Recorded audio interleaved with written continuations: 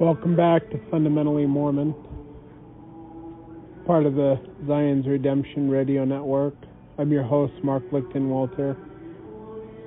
Today we're going to be reading Chapter 17 of Polygamy in the Bible, pages 168 to 179. The title of the chapter is called Jesus the Rabbi. After we're done with the reader portion of the program, we'll do the reading and commentary. The reader portion of the program is 23 minutes long. The guest call-in number is 917-889-8827, and there will be a chat room at blogtalkradio.com/fundamentallymormon. Here we go. Jesus, the Rabbi, Chapter 17 of Polygamy in the Bible, pages 168 to 179. There was a man of the Pharisees, named Nicodemus, a ruler of the Jews. The same came to Jesus by night, and said unto him, Rabbi, we know thou art a teacher come from God. John 3:1-2. To understand the nature and mission of the life of Christ, one must first understand the lineage, traditions, and the religion into which he was born. History has accurately confirmed his birth, childhood, and adult life in a Jewish society. He honored Jewish laws, he taught in Jewish synagogues, and eventually became a Jewish rabbi.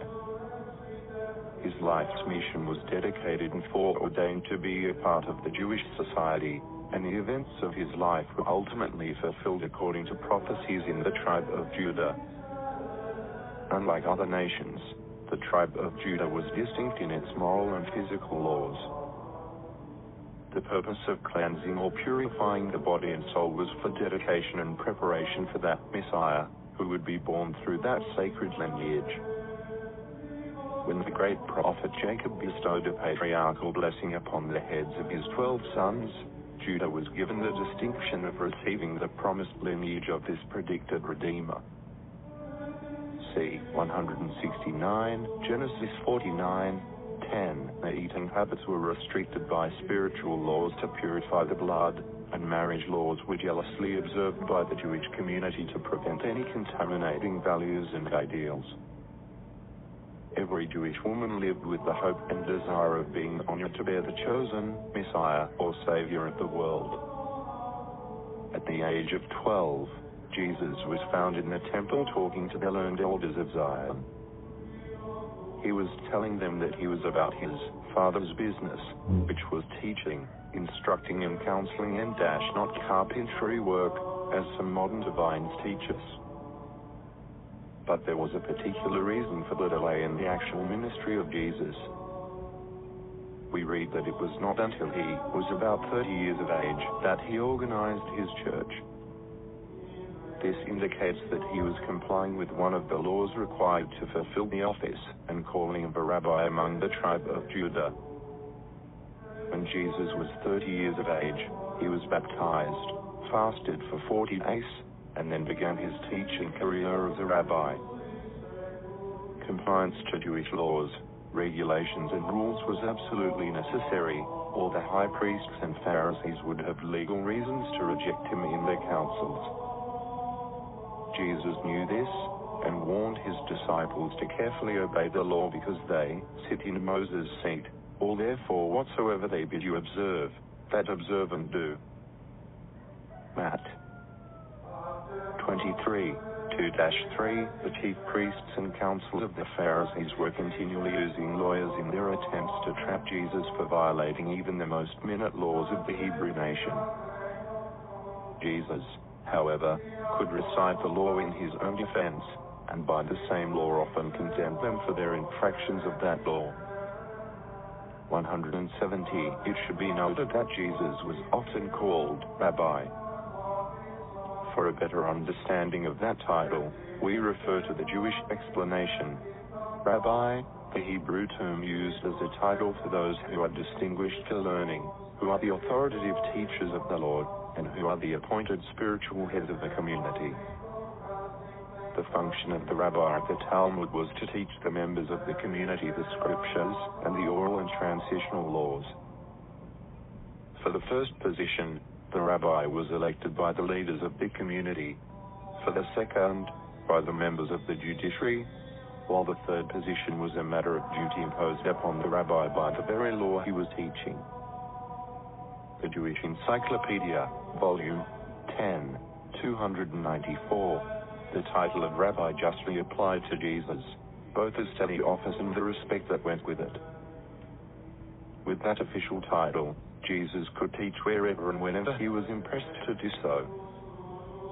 As a rabbi, he taught thousands on the mountainside, by the seashore, and in the synagogues. On one occasion he used the whip in the temple and overturned tables, leaving a very impressionable lesson. Furthermore, if Jesus was not a rabbi according to that Judaic legal system, he would have immediately renounced the title. His chief apostle, Peter, often called him Rabbi, Mark 9, 5, 11, 21, but received no word of correction from Jesus, indicating that the title was properly applied. When Jesus was called Rabbi by Judas, Matt 26, 25, 49, and by Nathanael, John 1:49, 171, and the other disciples, John 1:38, 4:31, 9, 2, 11, 8, he acknowledged the title without dispute. Great masses of the people also called him Rabbi, see John 6:25. And when Nicodemus, a Pharisee and a ruler of the Jews, acknowledged Jesus as Rabbi, it was conclusive evidence that Jesus was indeed a Jewish rabbi. Jesus lived through a constant barrage of attacks against his birth, character, authority, doctrine, and the law. If he had been guilty of neglecting the law on any point, it would have given his enemies their greatest advantage to dispute his claim. Yet if Jesus had lived a celibate life, as most clergymen teach today, it would have been the most powerful weapon to prove that Jesus was not the promised Messiah. It was against the traditional and scriptural law for a rabbi to remain single. Jesus could avoid this pitfall only by obeying the rabbinical law of marriage. Celibacy is by no means a virtue among the Jewish people. Indeed, it is for this reason that many Jews cannot accept Christianity. Said Rabbi Hirsch, now as the life of Jesus is pictured in the New Testament, there are certain peculiar defects in that life, from the Jewish point of view. His teachings are the ideal teachings of Judaism. They are not new teachings, nor new revelations. They are confirmations of Jewish thought and life. But his personal life and I am speaking respectfully. I do not think anyone should think I cast any shadow on the beauty and perfection of that life. But I can take it as it is. 172, picture and you know he was not married, and from the Jewish point of view, that is a defect. The Jewish morality insists that a man who does not assume the social responsibility for the continuation of society lives a life that is not complete. My Religion, Rabbi Emil Hirsch, New York, 1925, p. 43-44. In the Jewish society, both ancient and modern, marriage is a sacred and compulsory law.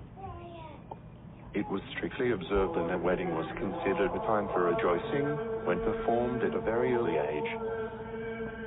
Every Jewish man should marry at 18, and he who marries earlier is more meritorious. The Shouchan Eruch, Ibn Hazel 1:3.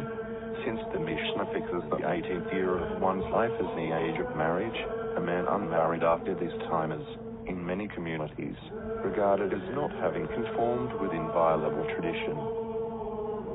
Jewish ceremonies and customs, William Racine, p. 155. Marriage was firmly implanted in the minds of all Jewish men. However, it was most rigidly observed by those who complied to the laws and offices of rabbi and priest. Jewish law required a high priest to be married on that Day of Atonement. And so important was this law that in the case of some unforeseen circumstance, an extra woman was held in readiness for the marriage. Marriage on the day of 173 atonement was a prerequisite for entering the sanctuary. Paul wrote that Jesus was the great high priest who would make atonement for all men. Since one of the laws of the high priest office was marriage, then every priest, including Jesus, had to comply with that ordinance to fulfill the obligation of that office. Also, Paul wrote in an epistle that Christ is not entered into the holy places made with hands, which are figures of the true, but into heaven itself, now to appear in the presence of God for us. Heb.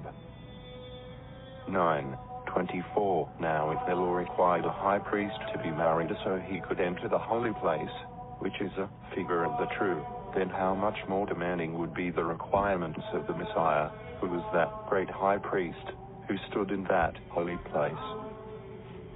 When Jesus was asked about marriage and divorce, see Matt 19:3-6, he supported the law of Moses, and also the first law of marriage given in the Garden of Eden. This gave a tenable sanction to that law, both to the Judaic nation and everyone else, including himself. Under the Talmudic law, a man was not considered worthy to be called righteous if he did not marry and have children. How could Jesus support the marriage law with words, yet denounce it in his own life and still be called righteous?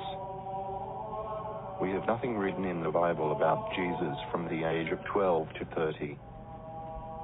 This was the part of a man's life when marriage and the raising of children were obligatory and would have given us the account of his family.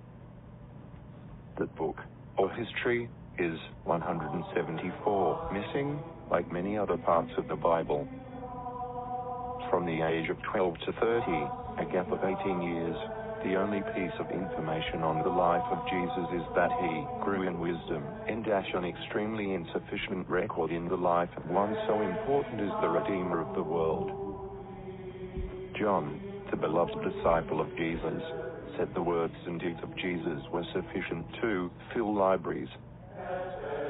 John 21:25, from his testimony, we can be sure that much more occurred in the life of Christ than is contained in the brief history of the four Gospels. It is almost certain that any information recorded of his younger life would have informed us that Jesus was married.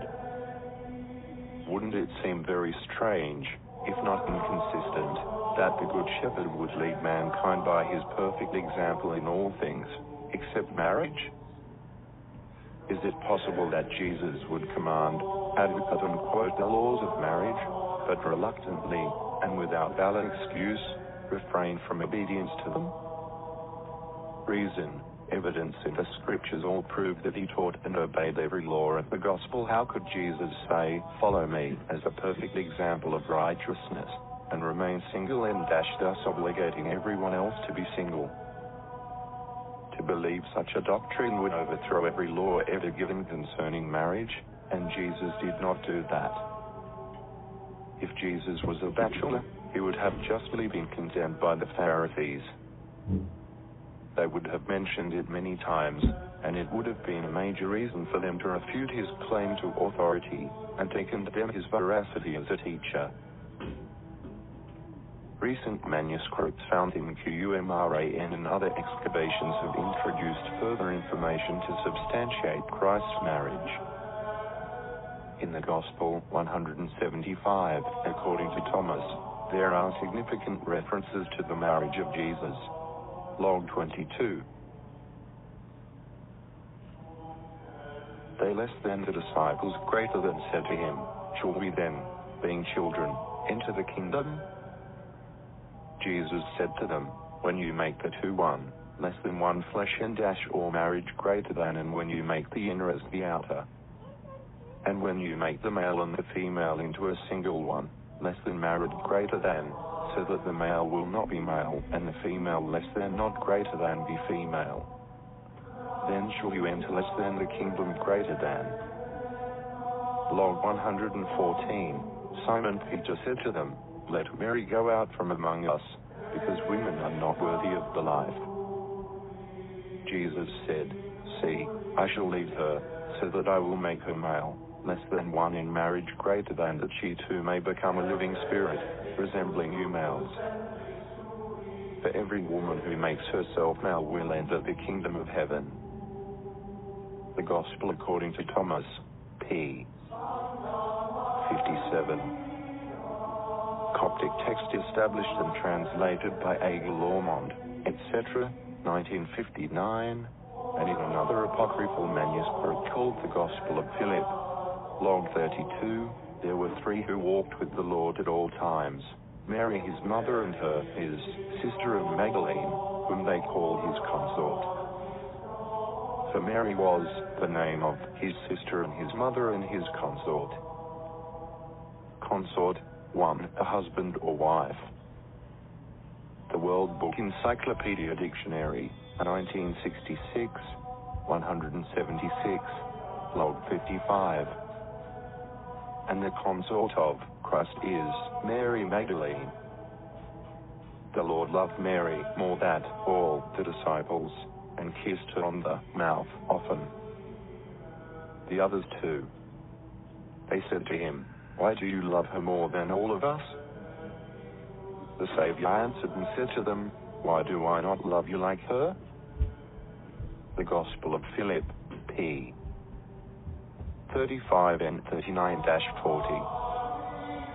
Translated from the Coptic text, with an introduction and commentary by R. Michael Wilson, B.D., Ph.D. London, 1962. In the commentary of this book, Dr. Wilson quotes Peter as saying, We know that the Savior loved you more than other women, referring to Mary Magdalene, and he quotes Levi as saying later, He loved her more than us. Even many other known books of the New Testament are missing, such as an earlier epistle of Paul to the Corinthians. I call 5:9, another epistle of Paul to the Ephesians. If 3:3, an epistle of Paul from Laodicea. Col 4:16, a former epistle of Jude. Jude 1:3, prophecies of Enoch. Jude 1:14, because great portions of the story of Christianity have been lost, discarded, or altered, the true facts are difficult, if not impossible, to find. And to these hazy scraps of history have been added dogmas, rituals, and the traditions of men. The voices of Catholicism and Protestantism are repeating the error of this historical patchwork of human creations. 177. Throughout the centuries of time, these celibate traditions evolved into church law, and that law, in turn, was advocated as historical fact. The real facts remain like a skeleton of the original structure of Christianity. So aloof from the real truth are these traditions that facts appear strange, if not erroneous, when brought to light.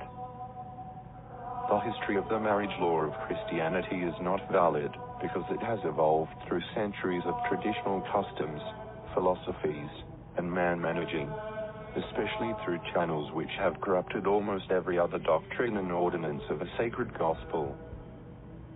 The laws of the marriage covenant have become as perverted as any other part of our religious history. Through the traditions and assumptions of men, celibacy became not only an accepted doctrine of the church for men and women, but even for Christ. Celibacy had no recognition within the scriptures. Ancient Jewish law and early Christian law sanctioned and required their disciples to obey the marriage covenant.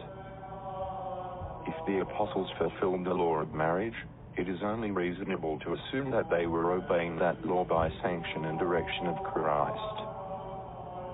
And though Jesus gave and instructed his disciples in all of the laws of the gospel, including marriage, it is most unreasonable that he would neglect or refuse to obey that law himself. Marriage was a union so sacred and spiritual in its nature that man and woman were to become one flesh. Genesis 2:24, Matt 19:5. This inseparable union, 178, is spiritually illustrated by comparison with Christ to his church, if 5:30. God has given a multitude of laws and commandments concerning marriage, but none restraining marriage. Rather, he restricted anything that would break the bonds of marriage. Among the perils to marriage was the doctrine of celibacy, which was never acceptable in ancient Israel, no, in early Christianity, but rather a doctrine of pagans. It finally became incorporated into Christianity, but was not a part of it. By its nature, celibacy contributes little to the quality of the character in a man and much less in a woman. Fruitfulness is God's law of nature. Barrenness leads to extinction. Celibacy had soon become such a dominant law of the apostate church that it required hiding the scriptures from the lay members.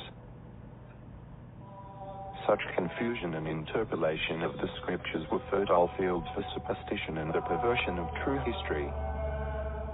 Under the influences of Greek Gnostic thinking and Roman laws, the principles of Christianity suffered worse than it did through the centuries of barbaric persecution.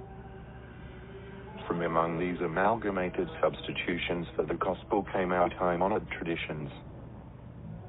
They were so far from the original teachings that when the scriptures were exposed to thinking people, it caused a great reformation. Paul the Apostle foresaw the apostasy of Christianity and warned the members of the church about it. Celibacy, among other things, he said, was a doctrine of devils. See 1 Tim 4:1-3. Jesus Christ never omitted fulfilling a single law of God.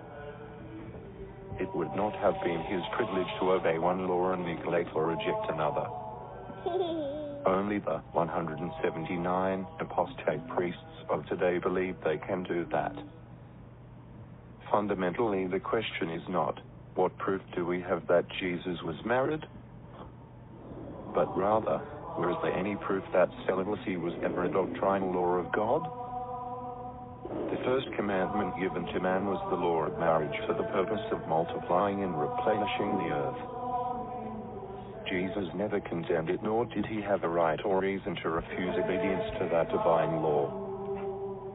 180, chapter 18, Jesus and the law of Moses.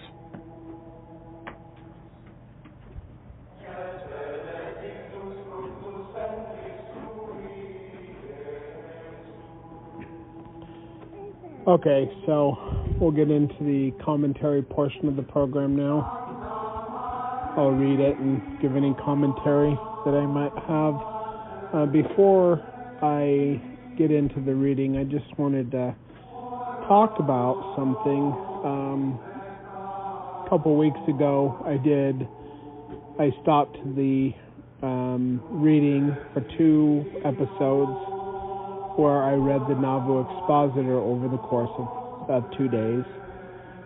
And I find it interesting that on page 2, column 4 of the Nauvoo Expositor, William and Jane Law testified and gave legal affidavits to the fact that Hiram Smith read them a revelation which sounded very much like section 132 of the Doctrine and Covenants, and that was in April of 1844. And then in June of 1844, they published complaints in the Nauvoo Expositor which talked about these type of things. And what I also find interesting is that later in life, after the revelation had been published to the church, William Law saw what Brigham Young presented and said, that's not the revelation that Hiram read to me. That that is a lot more than what Hiram had. He said that Hiram presented a revelation that was about 2 pages long, but that the revelation that Brigham Young gave to the church was about 8 or 9 pages long, which had many things added to the original revelation that William and Jane Law had seen and read, and that Hiram presented to them in April of 1844. So I just wanted to throw that in there with the whole discussion about polygamy with these people who claim that Brigham is the one that wrote the revelation. Well, we have evidence that it was actually read to Jane and William Law, who were in the presidency, first or second counselors. Of course, Jane Law wasn't, but, she was his wife. And they actually broke with Joseph Smith over the whole polygamy thing because they hated it, and they were trying to expose the fact that the church leaders were going in that direction. So, anyway, and then, like I said, the Nauvoo Expositor was published in early June of 1844, and you can read it. In fact, you should read the whole thing, but if you're looking for those affidavits which were signed and testified to, and then there was other people who also testified to Hiram reading that revelation to them, it's on page 2, column 4, and it's under the subheading affidavits. So, also with myself, when God showed me why polygamy was important, it had to do with the sealing of men and women, and the fact that there are many more elect women who qualify for the higher blessings than there are men, and that they have to be sealed, a man to a woman, and if everything was perfect, it would be one woman and one man, but things aren't perfect. Brian Hells, in a fair conference, talked about statistics in the church, where in 2009 there were 127 females for every 100 males. Well, if you extrapolate the number and you go up, by the time you get to 6 million males, there is, I can't remember what the exact number was, but it was over 1 million more females in the church. I think it was like 1.7 million females in the church by the time you get up to the point of 6 million males. And of course there's many, many more millions in the church than that. There's more than 14 million in the church today. I think there's 16 million. So I don't know what the exact numbers are, but it's just there are many more women who are qualified to receive their exaltation and have higher blessings, but they cannot do it without the men. And if there are fewer men than women who qualify for those blessings, God allows plural marriage. So, anyway, and I've talked about this before. It has to do with the sealing by the Holy Spirit of promise and the intelligence, how the intelligence was both masculine and feminine before it becomes self-aware, and when it becomes self-aware, the feminine and the masculine energy separate, and you have the birth of a male and a female spirit. So, all right, let's get into this chapter, Jesus the Rabbi, chapter 17 of Polygamy in the Bible, pages 168 to 179.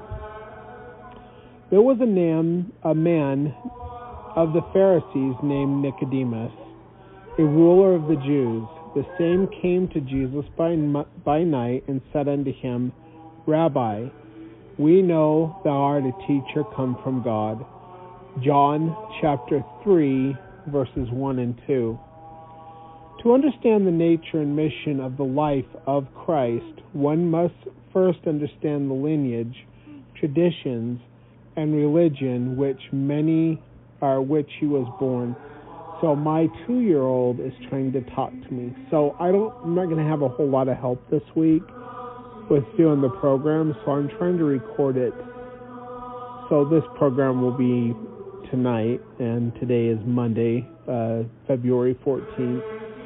So I'm trying to record it now before I get too tired and I have to go to bed. So, and my my wife is trying to talk, and she thinks that the recording can hear her, but she's on the other side of the room. Anyway, she was just saying, everybody's trying to get ready for school and for work, so they're trying to be quiet, but my wife is actually doing my daughter's hair right now. So if there's any noise in the background, it's just because I am a family man and this is not my full-time profession. I drive a semi-truck, as many of you know, for a living, and this is a service that I do. I don't ask for people to pay me. I don't even monetize my videos or my podcasts. But God has given me a lot of information through visions and dreams and through personal interaction. And so he's told me to be bold and to teach the people. And part of my job is to deliver doctrine to people who are ready for the meat of the gospel. They who have been weaned from the milk and drawn from the breast, as is spoken of by Yeshayahu or Isaiah in chapter 28, where it talks about the one mighty and strong going among the drunkards of Ephraim. So, anyway, all right, getting back into the reading. To understand the nature and mission of the life of Christ, one must first understand the lineage, traditions, and the religion into which he was born. History has accurately confirmed his birth, childhood, and adult life in Jewish society. He honored Jewish laws, he taught in Jewish synagogues, and eventually became a Jewish rabbi. In fact, his life's mission was dedicated and fore-ordained to be part of the Jewish society, and the events of his life were ultimately fulfilled according to the prophecies in the tribe of Judah. Unlike other nations, the tribe of Judah was distinct in its moral and physical laws. The purpose of cleansing or purifying the body and soul was for the dedication and preparation for the Messiah who would be born through that sacred lineage. When the great prophet Yaakov, or Jacob, bestowed a patriarchal blessing upon the heads of his 12 sons, Judah was given the distinction of receiving the promised lineage of this predicted Redeemer. See Genesis or Bereshit, chapter 49, verse 10, or on page 169 for those of you who are reading along. Their eating habits were restricted by spiritual laws to purify the blood, and marriage laws were jealously observed by the Jewish community to prevent any contaminating values and ideals. Every Jewish woman lived with the hopes and desire of being honored to bear the chosen Messiah or Savior of the world. At the age of 12 years old, Yeshua, or Jesus, was found in the temple talking to the learned elders of Zion. He was telling them that he was about his Father's business, which was teaching, instructing, and counseling, not carpentry work as some modern divines teach us. Actually, it's interesting. The earliest manuscripts talk about him being a stonemason, not a carpenter. I don't know who changed that, but I believe that he had a trade, but that was secondary to what his true mission was. Continuing on, well, actually, I got to say this too. Joseph of Arimathea was one of the high priests of the leadership during that time in the Sanhedrin, but he had a business that he made money on, trading tin, and he would go up beyond Hadrian's Wall up into Scotland and bring tin down for metalwork. So I don't know what all of the people did, but I believe that unless they were Levites, they had other jobs that caused them to be able to support themselves and their family besides their theological ministries. So I don't see why that would be a problem for Jesus to do the same thing. Anyway, continuing on. But there was a particular reason for the delay in the actual ministry of Jesus. We read that it was not until he was about 30 years of age that he organized his church. This indicates that he was complying with one of the laws required to fulfill the office and calling of a rabbi among the tribe of Judah. And I'm just going to let Ogden explain this to you, but I know that what Ogden's talking about is correct. When Jesus was 30 years of age, he was baptized, or mikvahd. He fasted for 40 days, and then he began his teaching career as a rabbi. Compliance to Jewish laws and regulations and rules was absolutely necessary, or the high priests and Pharisees would have legal reason to reject him in their councils. Jesus knew this and warned his disciples to carefully obey the law because they sit in Moses' seat. All therefore whatsoever they bid you observe, that observe and do. Matthew chapter 23 verses 2 and 3. And so Moses' seat was where the rabbi would sit down and he would read the Torah scroll. And then he would get up and teach from what he read. Well, when Jesus said, observe what they bid you to do or what they tell you to do, from Moses' seat, he's only saying that you should hear what the rabbis say when they're reading the Torah, not what they stand up and then what they teach after that or what they do after that. Because the Jews had a ton of mitzvot that they added to the law to put guards around the Torah as they thought needed to happen. And there was many things that they added, even though in Devarim or Deuteronomy it says not to add to or take away from the law, but they were famous for this. Anyway, but another thing too, part of Yeshua's ministry as a rabbi meant that he had to be married. And in fact, men who remained single as a bachelor were considered worse than murderers because they wouldn't have children, and those children wouldn't have children, and those children wouldn't have children, on and on and on and on and on. And that for a man to remain celibate and withhold his seed from a woman meant that he was murdering generations. And that was a serious crime among the culture and tradition of the Jews. So he had to have been a married man. Anyway, continuing on with Ogden Kraut's writing here.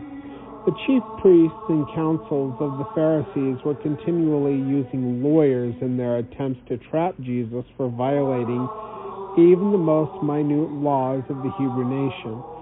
Jesus, however, could recite the law in his own defense, and by the same law often condemn them for their infractions of that law. So we know that Joseph of Arimathea, who was in the Sanhedrin, was a very learned man, and he was the great uncle of Jesus. And I'm pretty sure that Joseph of Arimathea actually had a lot of,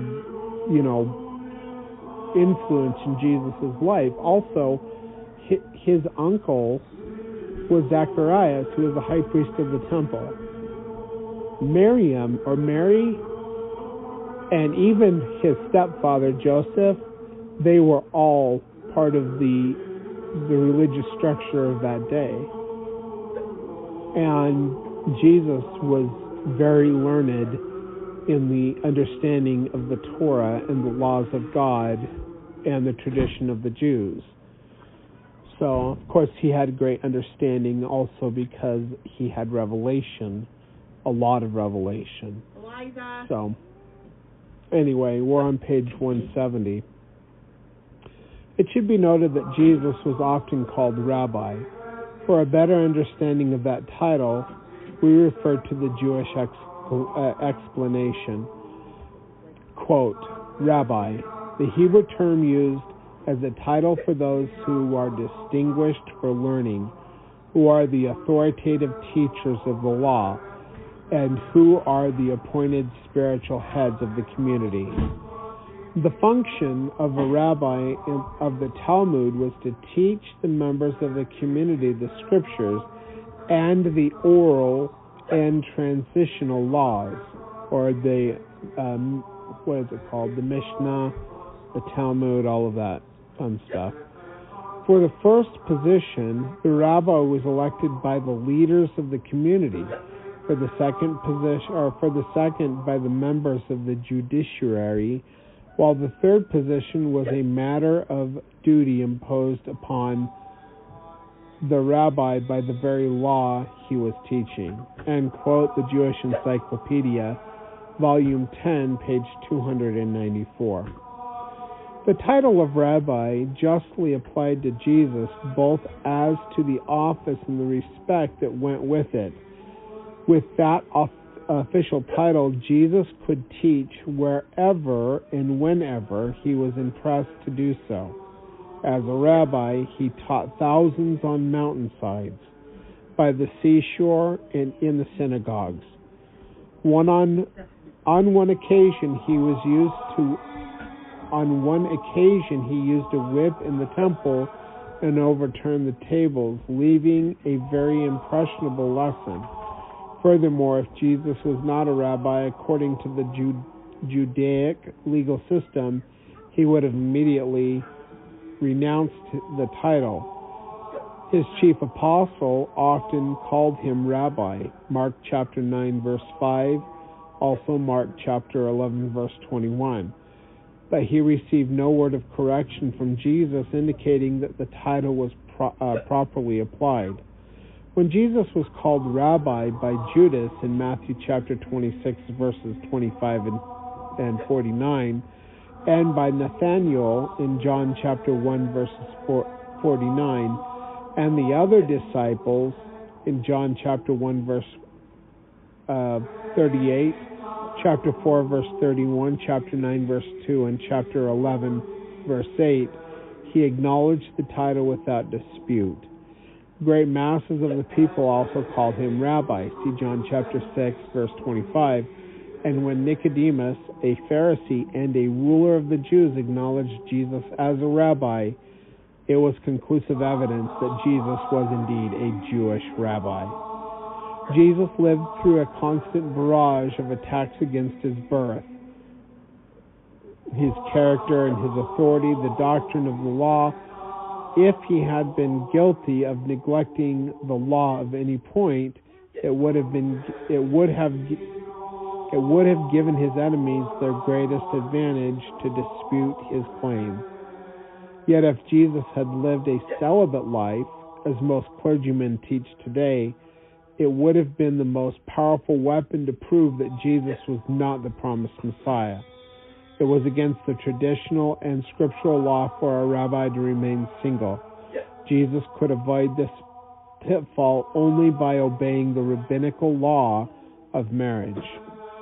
Celibacy is by no means a virtue among the Jewish people. Indeed, it is for this reason that many Jews cannot accept Christianity, said Rabbi Harshi. Quote, now, as the life of Jesus is pictured in the New Testament, or the Brit Hadashah, there are certain particular defects in that life from the Jewish point of view. His teachings are the ideal teachings of Judaism. They are not new teachings, nor new revelations. They are confirmations of Jewish thought and life. But his personal life, I am speaking respectfully, I do not think anyone should think I cast any shadow on the beauty and perfection of that life, but I can take it as it is pictured. You know, he was not married, and from a Jewish point of view, that is a defect. The Jewish morality insists that a man who does not assume the social responsibilities for the continuation of the society lives a life that is not complete. End quote. My Religion by Rabbi Emil Harashi, New York, 1925, pages 43 and 44.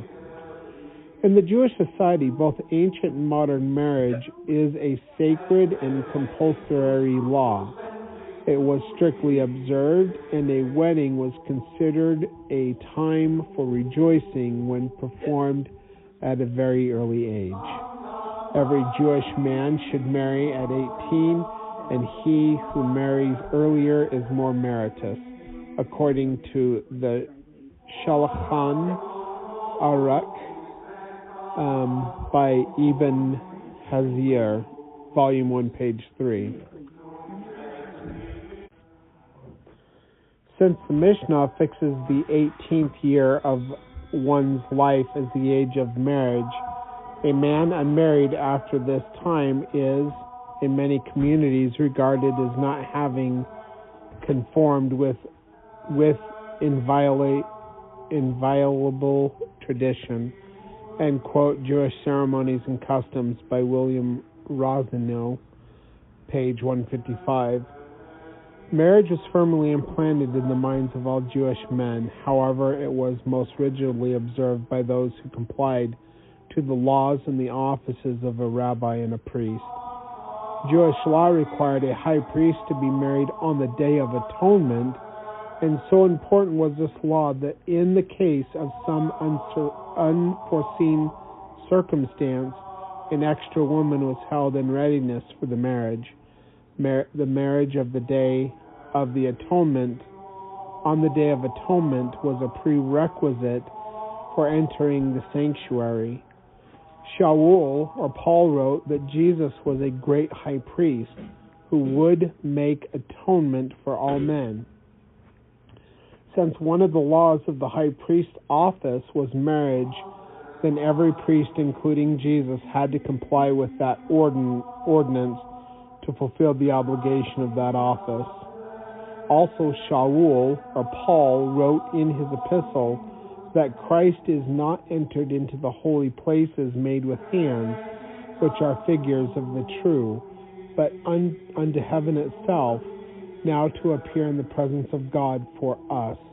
Hebrews chapter 9, verse 24. Now, if the law required a high priest to be married so he could enter into the holy place, which is a figure of a truer, then how much more demanding would the requirements of the Messiah, who was the great high priest who stood in that holy place? When Jesus was asked about marriage and divorce, see Matthew chapter 19, verses 3 and 6, he supported the law of Moses, or the Torah, and also the first law of marriage as given in the Garden of Eden. This gave a tenable sanction to that law, both to the Judaic nation and everyone else, including himself.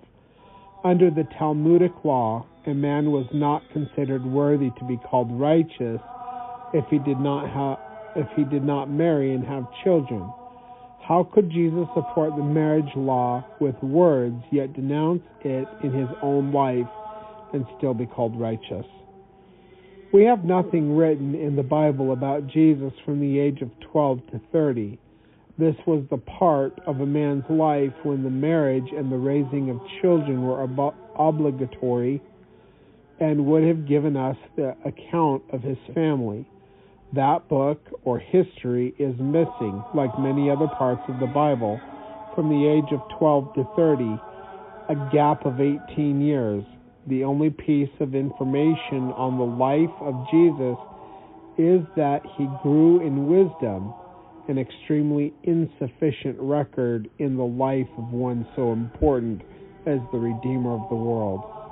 John, the beloved disciple of Jesus, said the words and deeds of Jesus were sufficient to fill libraries in John chapter 21, verse 25. From his testimony, we can be sure that much more occurred in the life of Christ than is contained in the brief history of the four Gospels. It is almost certain that any information recorded of his younger life would have informed us that Jesus was married. And in fact, if you want to read a really good book on that, Ogden Kraut, his first book that he ever wrote, was called Jesus Was Married, and he goes over these details. And you can get more into it by reading that book at ogdenkraut.com. And I've covered that book as well on my programs. But it's a really good read if people are interested in knowing more and diving more into that. But anyway, continuing on. Wouldn't it seem very strange, if not inconsistent, that the Good Shepherd would lead mankind by his perfect example in all things except marriage? Is it possible that Jesus would command, advocate, and quote the laws of marriage, but reluctantly and without valid excuse refrain from obedience to them?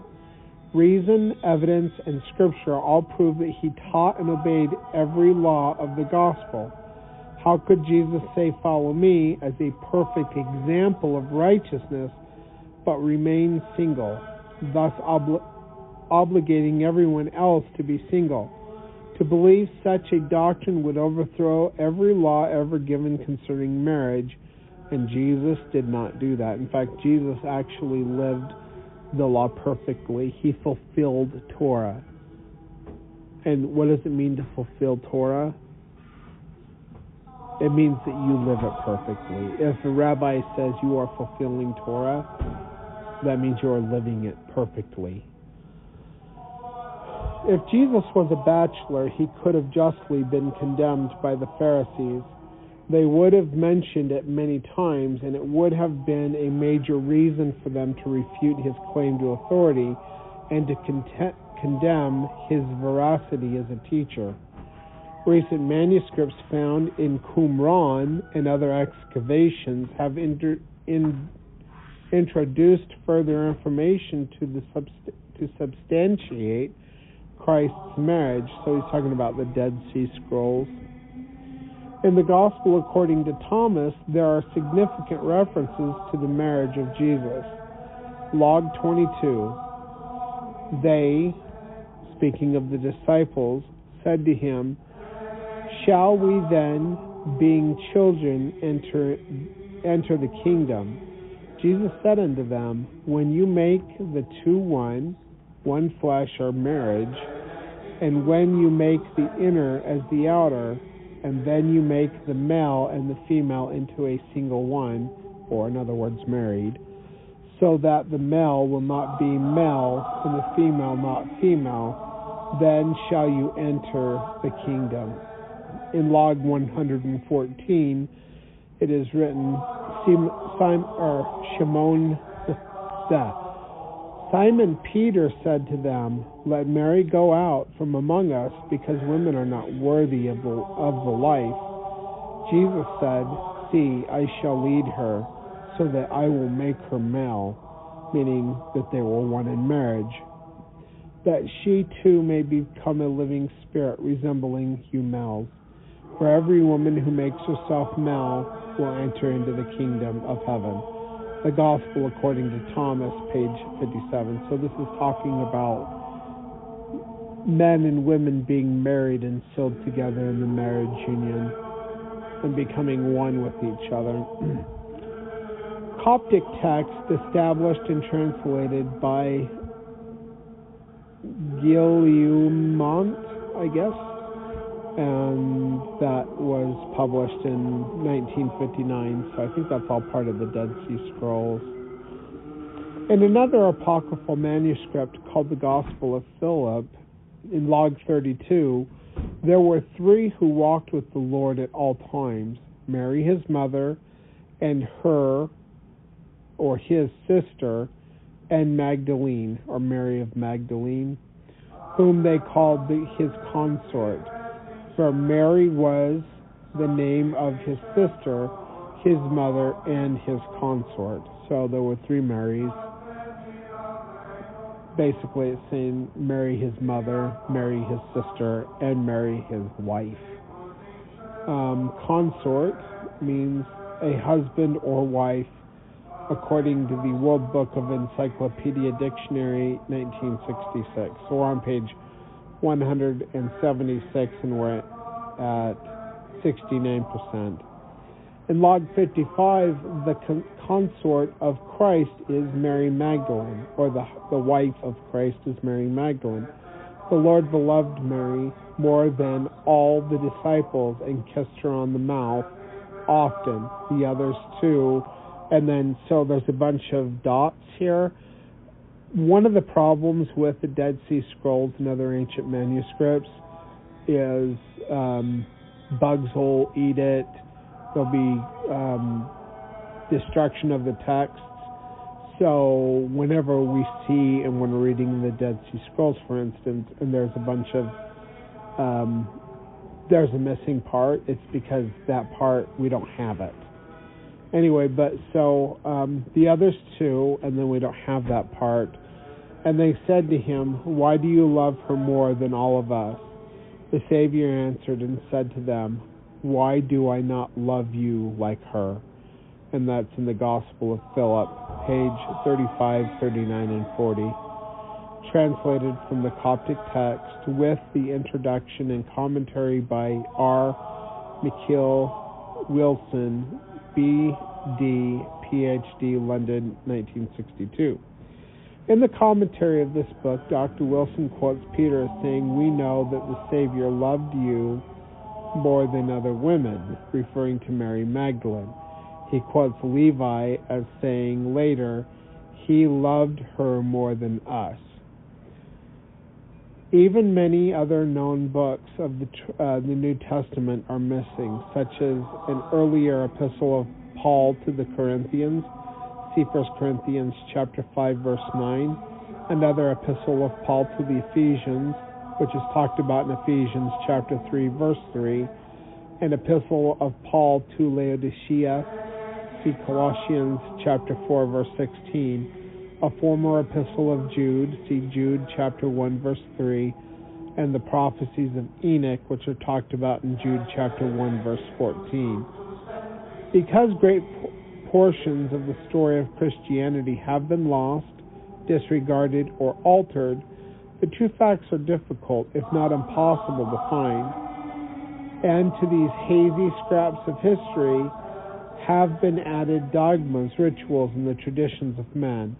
The voices of Catholicism and Protestantism are repeating the error of this historical patchwork of human creation. Page 177. Throughout the centuries of time, these celibate traditions evolved into church law, and that law in turn was advocated as historical fact.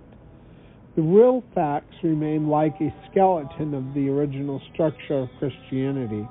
So aloof from the real truth are these traditions that facts appear strange, if not erroneous, when brought to light.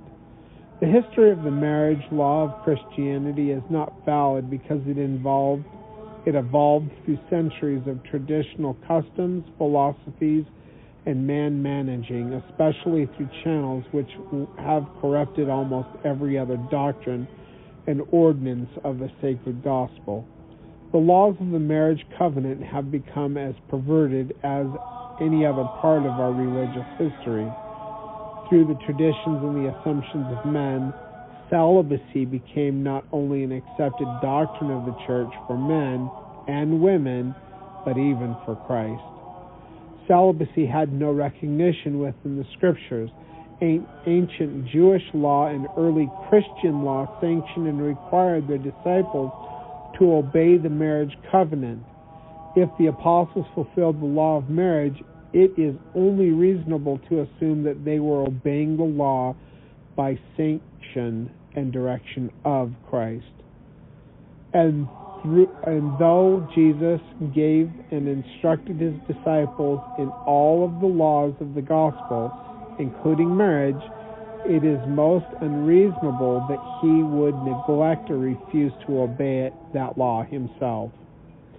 Marriage was a union so sacred and spiritual in its nature that man and women were to become one flesh, according to Bereshit or Genesis chapter 2 verse 24, and also Matthew chapter 19 verse 5. This inseparable union is spiritually illustrated by a comparison with Christ to his church in Ephesians chapter 5 verse 30.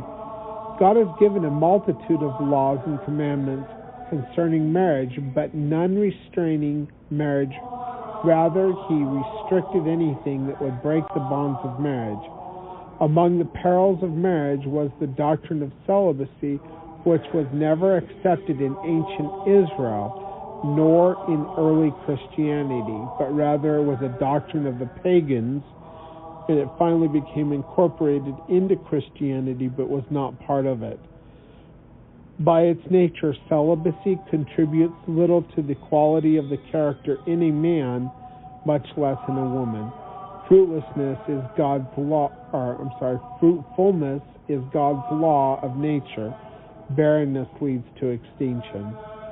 Celibacy had soon become such a dominant law of the apostate church that it required hiding the scriptures from the lay members.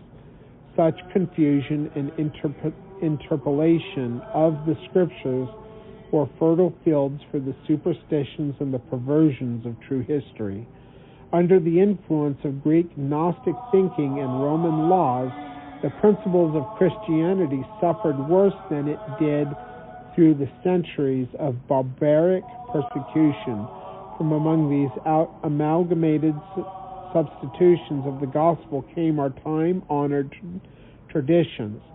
They were so far from the original teachings that when the scriptures were exposed to thinking people, it caused a great reformation. Paul the Apostle foresaw the apostasy of Christianity and warned the members of the church about it. Celibacy, among other things, he said, was a doctrine of devils. See 1 Timothy chapter 4, verses 1 through 3. Jesus Christ never omitted fulfilling a single law of God. It would not have been his privilege to obey one law and neglect or reject another. Only the apostate priests of today believe they can do that. Fundamentally, the question is, what proof do we have that Jesus was married?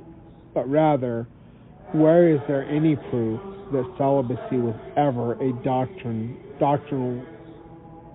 doctrinal law of God? The first commandment given to man was the law of marriage for the purpose of multiplying and replenishing the earth. Jesus never condemned it, nor did he have a right or reason to refuse obedience to that divine law. So, phone lines are open now if anybody wants to call in, and we will be going over chapter 18 tomorrow, which is Jesus and the Law of Moses. I guess call-in number is 917-889-8827. Thank you for listening. Okay, can you hear me? Yeah. I'm getting back into my truck. Cool. Oh, man. Just trying to get into my truck here. So I got this lady on Facebook that is telling me that I'm silly, that Jesus was never married and that the Essenes were celibate. Let me read it real quick. Okay. She says, and I told her to call in, but she didn't call in. So this is Maria. She says, this is jacked up and not historically accurate. Firstly, there is no evidence Jesus was married. Secondly, Jesus never held the office of the high priest of Judaism. he wouldn't have been eligible for such an office. He was of the tribe of Judah, not Levi. And thirdly, there were a number of Orthodox Jews. Emmett, you're not muted. Thirdly, there were a number of Orthodox Jewish sects that were unmarried and remained celibate, like the Essenes. Emmett, mute your mic. Sorry. And thirdly, Kim, I unmuted you. So anyway, and thirdly, there were a number of Orthodox Jewish sects that were unmarried and remained celibate, like the Essenes. So it's nonsense. This was required of all Jewish rabbis. It's not nonsense.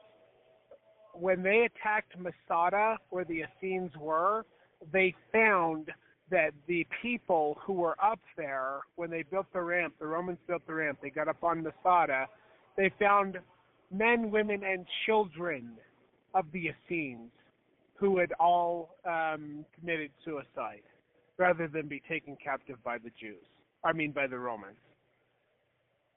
Furthermore, the rabbinical Jews that were fighting Jesus would have brought it up and told him how horrible he was if he wasn't married, because that was a requirement among Orthodox rabbinical Jews, such as the Pharisees and the Sadducees. So I posted this thing to Maria talking about, the whole book, Jesus Was Married. And instead of reading it, she says, this is silly. This is the same opinion from the same cult 1969 years after Jesus was on the earth.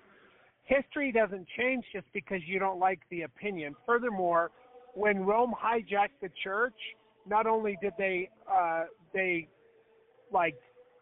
use the pagan holidays to cover up the Jewish holy days, but they also made the priests celibate, which was a practice of paganism in Rome, not of Judaism. And Jesus Christ was a Hebrew Israelite. Furthermore, in order for him to keep the full law, which he did perfectly, he had to be married, or he wouldn't have kept the law perfectly. Anyway, I said, I am live right now. Let's hear you defend your opinions. But, yeah, she hasn't called in because, they who are in the dark do not like the light, I guess. Anyway, let's see here if anybody else has anything to say. And you know what? I will gladly accept people to come in and talk about these things. The problem is that when I step on people's pet doctrines, they get offended.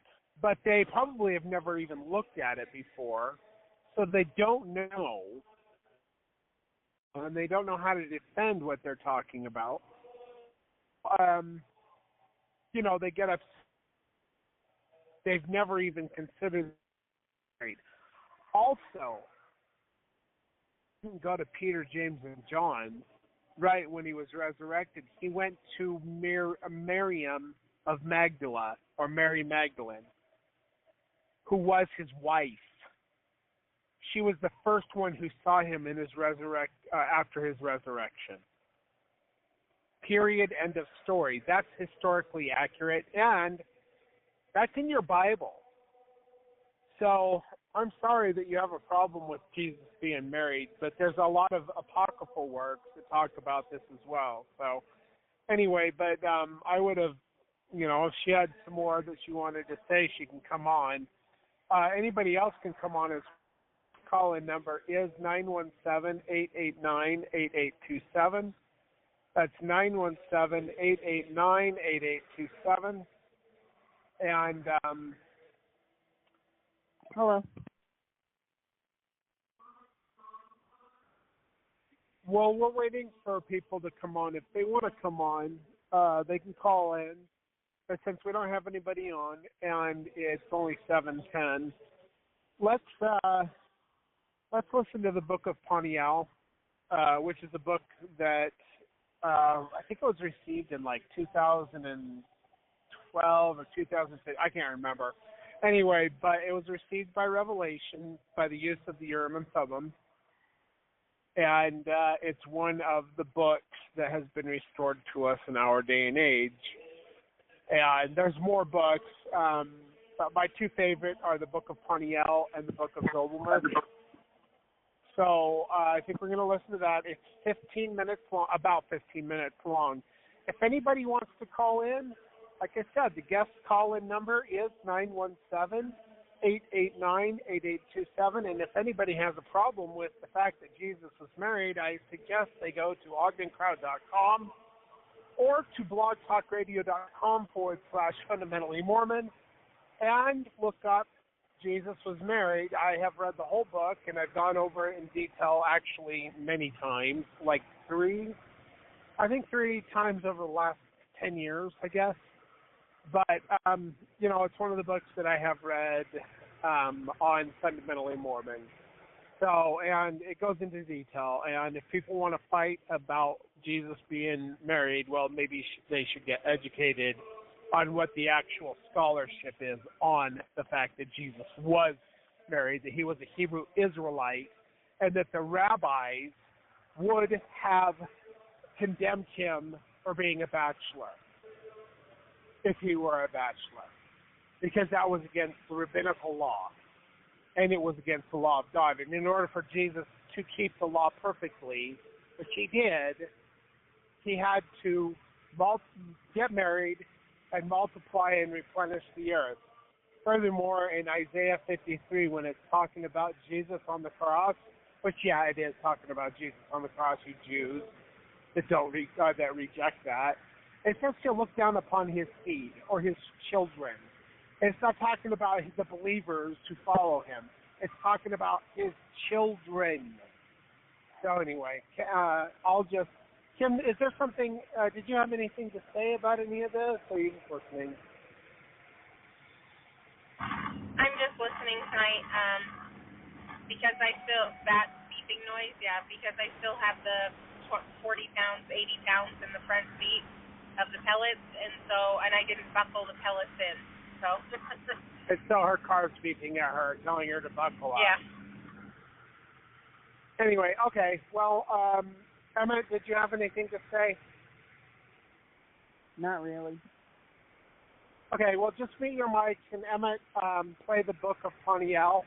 It's in the studio. So, and then, like I said, guest call-in number is 917-889-8827. And if we have anybody after the book is over with in 15 minutes, then we'll take them on the air or we'll end the program. So, all right, everybody mute your mics. Go ahead, Emmett.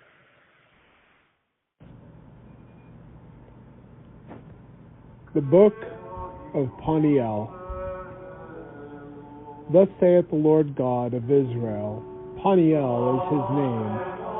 Wherefore the sword is that of the four winds used by Moses in the destruction of those wicked Anakim who infested the land. Wherefore this shall be the preface of his book, which shall come forth by the hand of the Almighty. And woe be unto him who shall mock this work, for it has been set forth by the hand of God.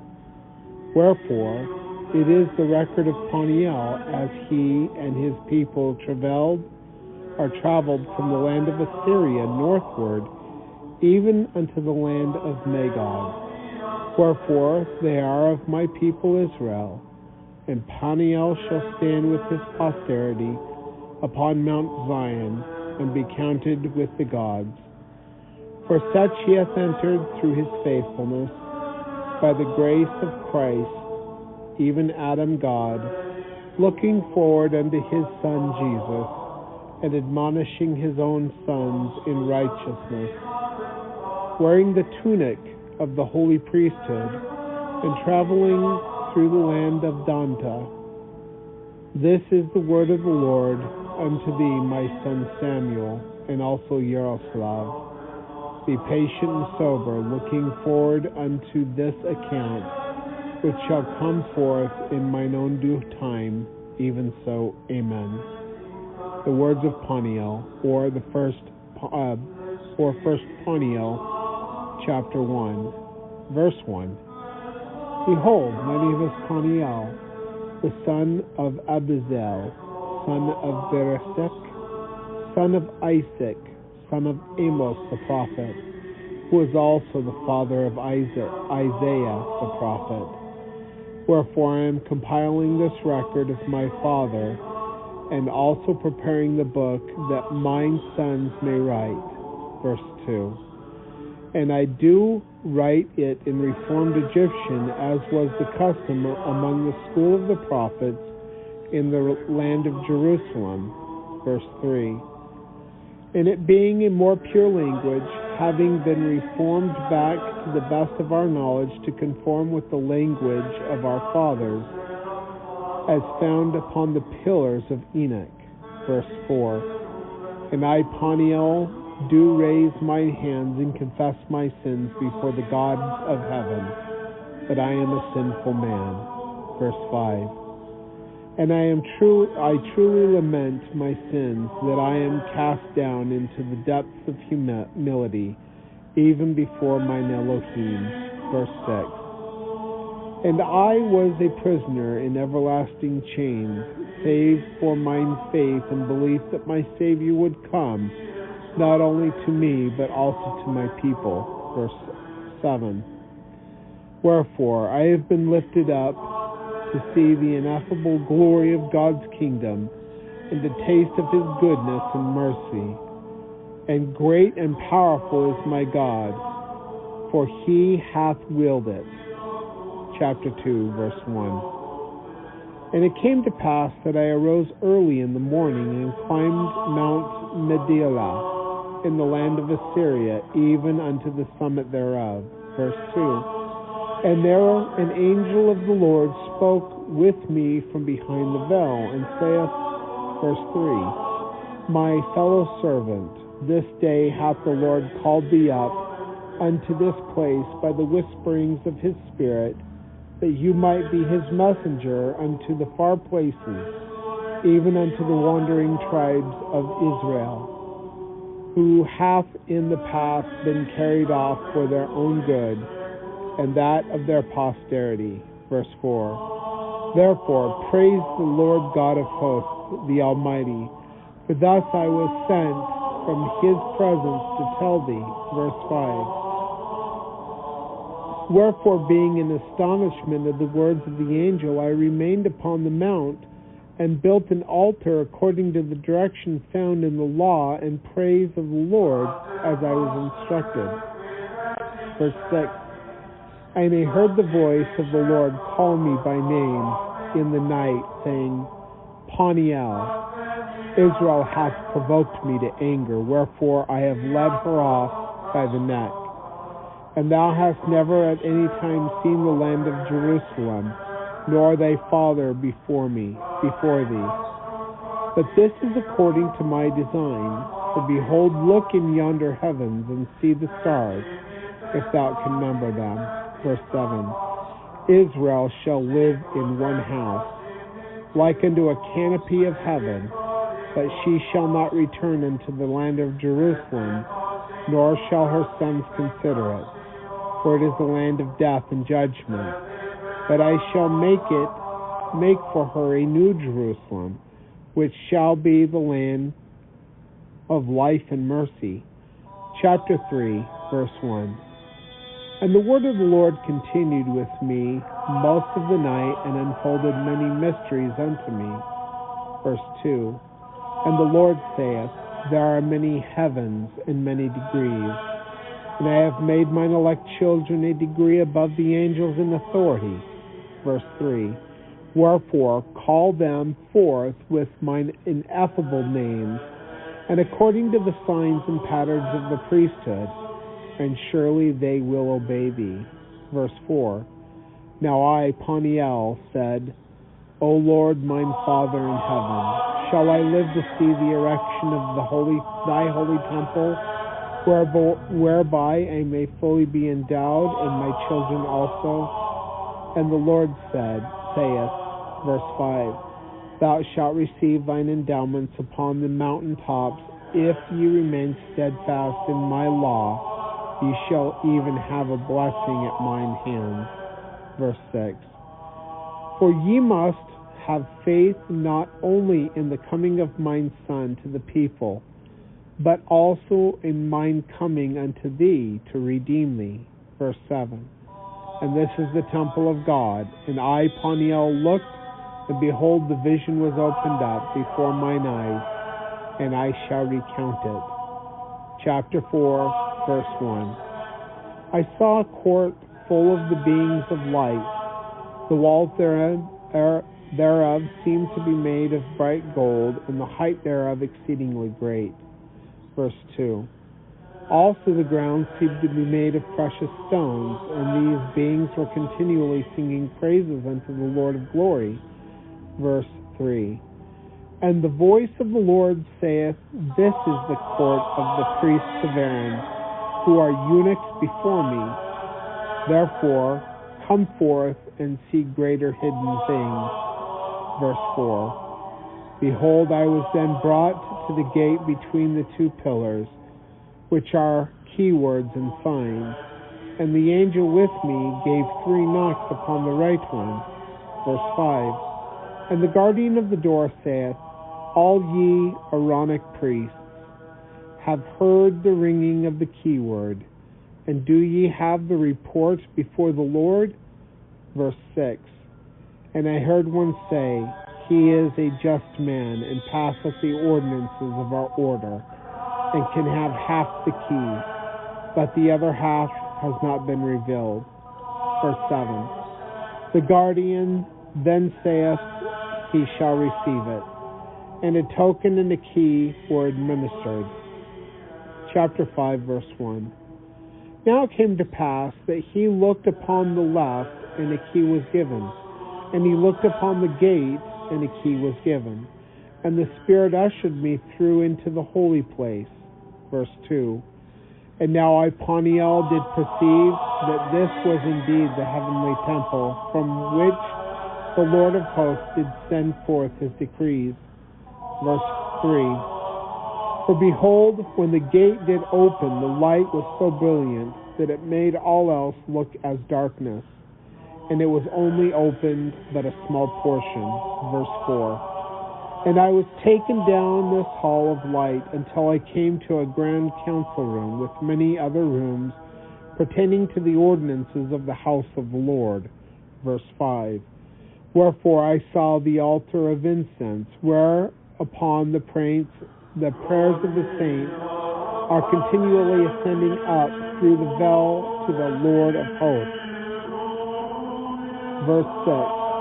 And I saw many brethren in the robes of the priesthood, but I did also notice that there were many more women than men.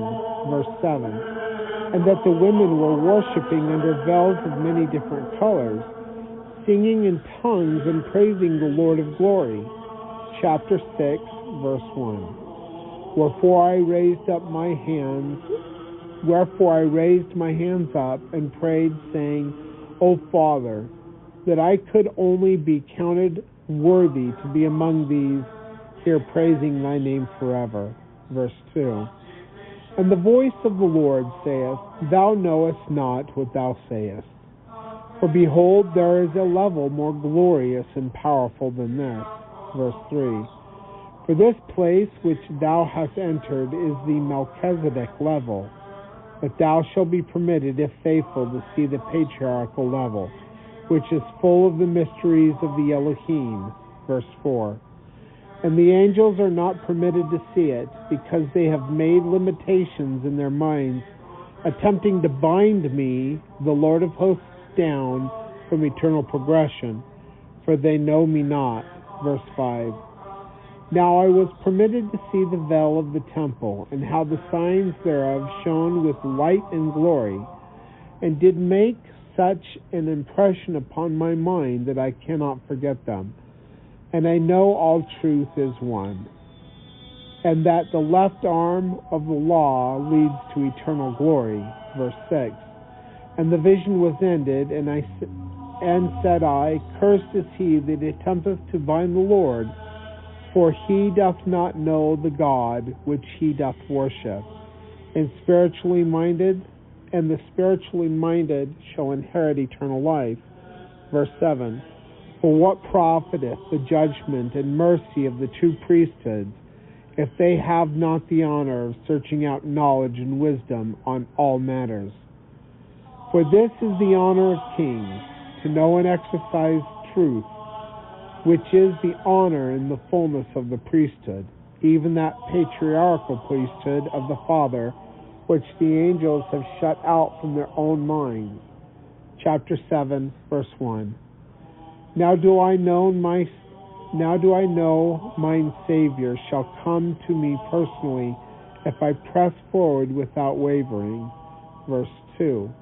Even the Son of Jehovah, he who was in the Garden of Eden, shall come and anoint me if I am faithful. And also the Son of Jehovah shall come to my people of the lost tribes of Israel. Of this I bear a particular testimony.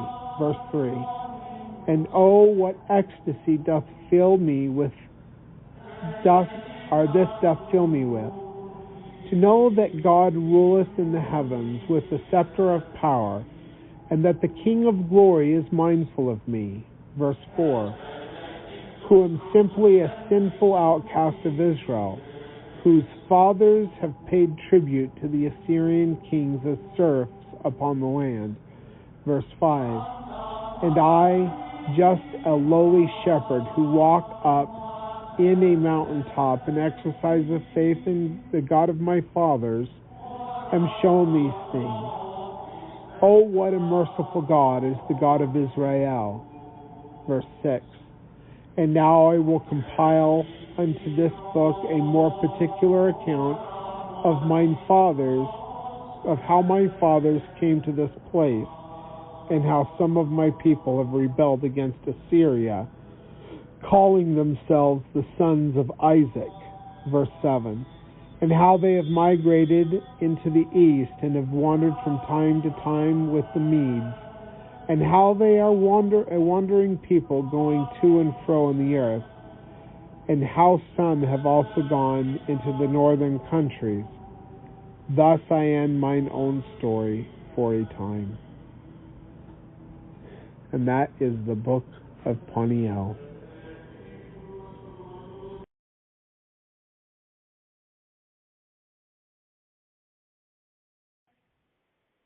Okay.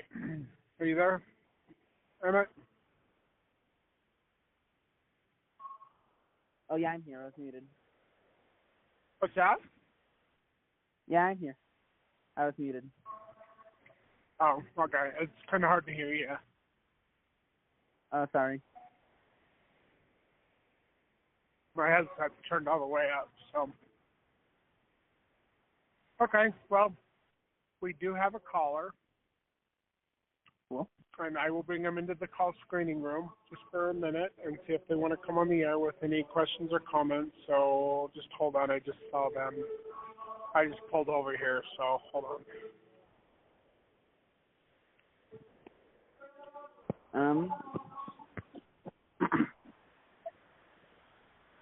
I'm pushing the button. Hello?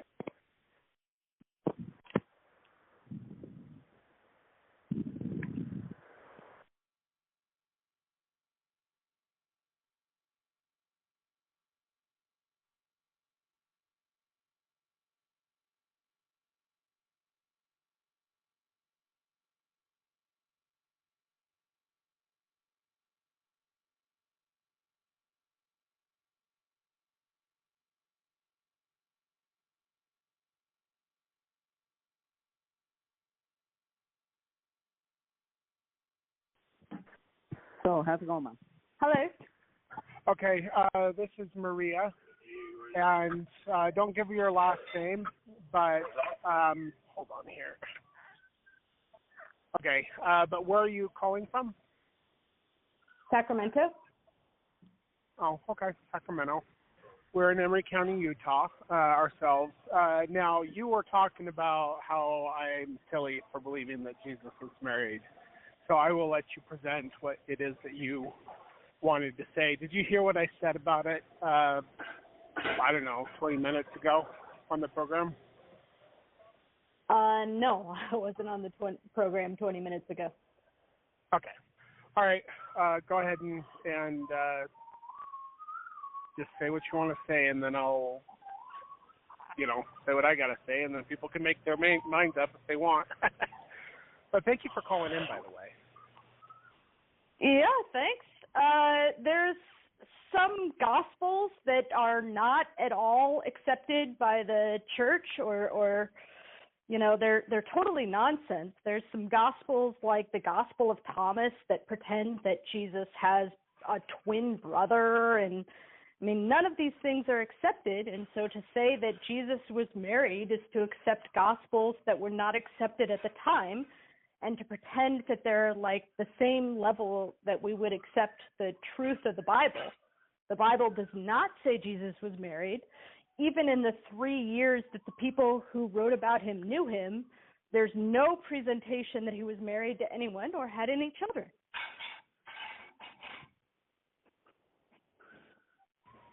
Okay.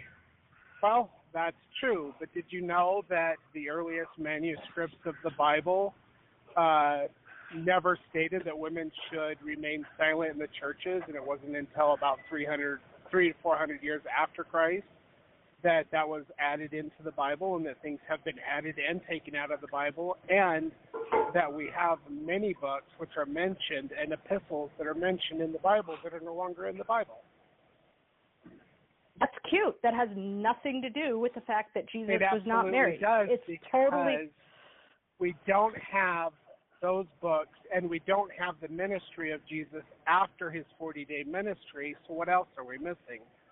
The fact of the matter is the rabbinical Jews of the Sanhedrin, the Pharisees and Sadducees, they, in their laws, they had to be married. And they were Jesus was neither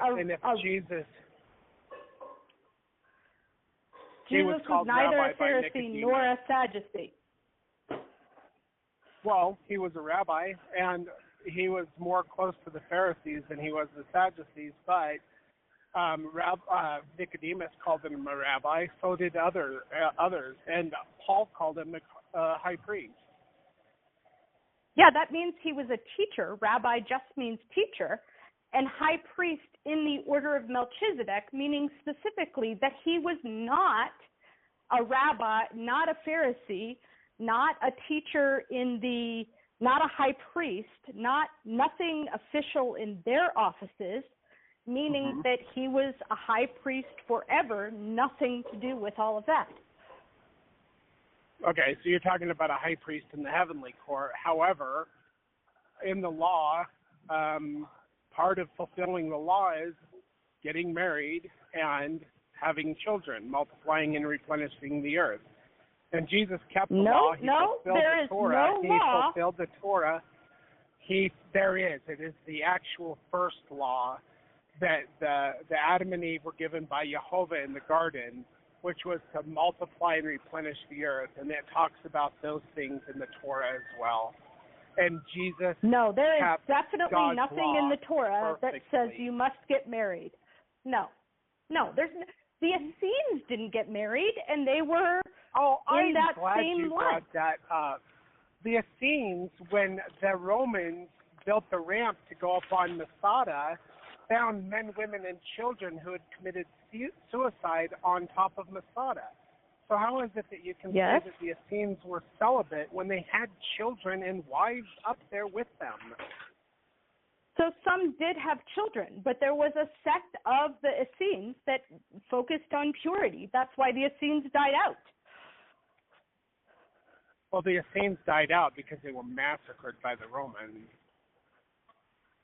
Also because they didn't have children. That's a big drawback to continuing on a line. Mm-hmm. Well, okay, taking it for what you're saying, if there was no law, the fact of the matter is the rabbis did have a law. And anyone who was not married, Pharisee. It doesn't matter. He was still part of the Jewish synagogues, and he was teaching as a rabbi among the people, and they would have accused him for not being married. Part of the Jewish synagogue. would Jewish teach synagogue was he part of? He taught in the synagogue multiple times in Scripture. Anybody could teach in the Jewish synagogue. They would just stand up and teach. If they were Jewish, they could teach. Okay. Well, the rabbis did not call him out on being a bachelor, which they would have done, because to be a bachelor in that age was to be pretty much close to murder, because how they looked at it was if you did not have children, your children would not have children, and generations of children would not be born if you stayed celibate. So they looked at it as a great moral sin to remain single and a bachelor, and Jesus was never called out for not being married. Based on whom? You're making an argument from silence just because no one said anything? I'm making an argument from cultural history of the Jews. Okay, culturally, history continues to this day. There are lots of Jews that are celibate. Okay, well, I don't know any. Every Jew that I've come in contact with has been married. But it doesn't matter. Well, apparently you don't know very many Jews. I do know very many Jews. I am from Jewish descendants. My grandmother was a Jew, and I've been to synagogue, and I know Rabbi. I know a bunch, but it doesn't matter. In the New Testament, it is said that they will abstain from marriage, and that was like a blasphemy or like a horrible sin that they would do that. What verse? Also, what are you talking about? What verse? I'm driving a semi-truck. Kim, do you want to? I don't have it. I'm driving a semi-truck right now. But it's there. I can tell you about it. You can go look it up for yourself. It's not that hard. And anybody in the listening audience can go look it up. You know, well, I'm and Jewish, also, and I've read every rabbi there is. That's not in there. Oh, you've read the Talmud? That's an impressive feat. That is an impressive feat. You've read, how many books are there? Volumes? 28 volumes? You've read all of them. I haven't read it cover to cover, but I've read it, sure. Okay. Oh, I've read in it too. It doesn't mean I've read it all. You've read the Mishnah. So you can't back You've read anything. The Torah. Sure. Of course. Okay. You can't come up with anything to back your claim.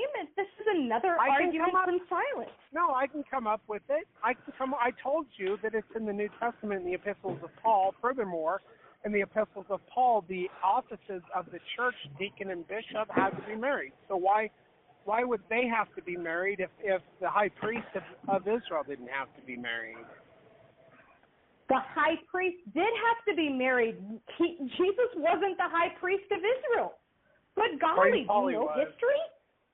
I do know history. Caiaphas was a pagan. He wasn't a high priest. He proclaimed to be a high priest, but they found his tomb, and he had pagan coins in his Of course, Rome put him in power. Do you not understand what power Rome then had? Who was the high priest? If God wanted a high priest in Israel, why wouldn't he have called his son to be the high priest? Because he didn't want to continue the Jewish system. They were wrong on so many points. That's the whole rabbinical law. They added tons of stuff to the rabbinical law. I know. And part of it was that you had to be married, but that's also in Torah. Then produce it. You can't produce it because it's not in there. I can produce it. It's in Bereshit, in the first book of the Bible, in Genesis. It talks about where God commanded Adam and Eve to plant